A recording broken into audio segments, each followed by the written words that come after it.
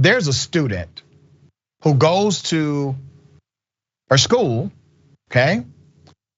And she gets left out in the cold because she forgot her mask, even though the school has a plethora of disposable masks, and by protocol, they are to hand out these masks because students forget things.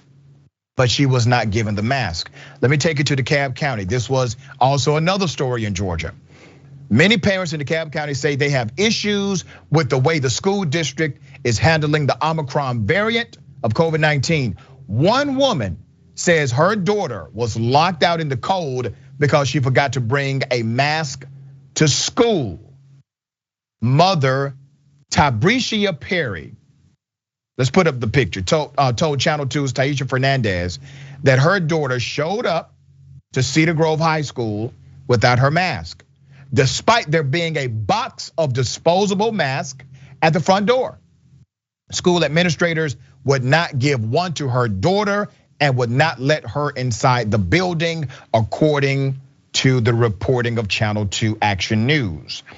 You don't have a mask, you can't come in. And they ultimately leave them outside, according to Miss Perry. Perry says DeKalb County schools received thousands of dollars in CARES Act money for COVID-19 equipment like masks.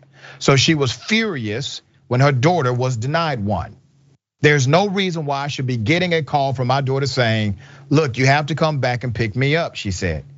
District administrators told Channel 2 News and Ms. Fernandez that the Cedar Grove High School staff, they have given out more than 5,000 masks to students who did not have them.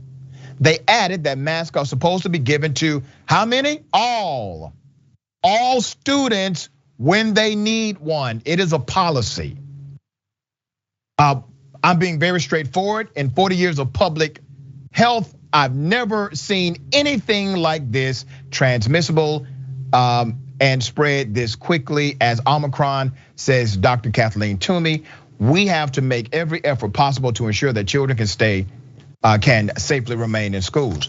Now, I'm following this story because I have some friends that went to Cedar Grove. I mentor young people that go to Cedar Grove. I was alerted by this by one of those young people at Cedar Grove High School. Here's what's unfortunate. While this one story is highlighted in the media, according to many of the students, that's the policy of this school. The school will literally leave you outside and you are in eye shot, meaning you can see the disposable mask not being handed out per policy of the school. So there's something wrong here. There's a disconnect between administration and their policy, and it needs to be fixed immediately because I don't want to start dropping names on the show. So make sure this is fixed. Our babies deserve all of the protections that they need inside of that building. They're coming to school because it's mandated by the county, so make it happen. Gleib, have you seen anything like this before, man? Quite ridiculous. I mean, it's the extra level of gall. And I use the word gall instead of something that rhymes just to keep it a little clean, but the extra level of gall to have the box of masks within view and say you have to go home, you can't come into your own school and continue your education is so absurd. It's so ridiculous. It's so egregious right in your face.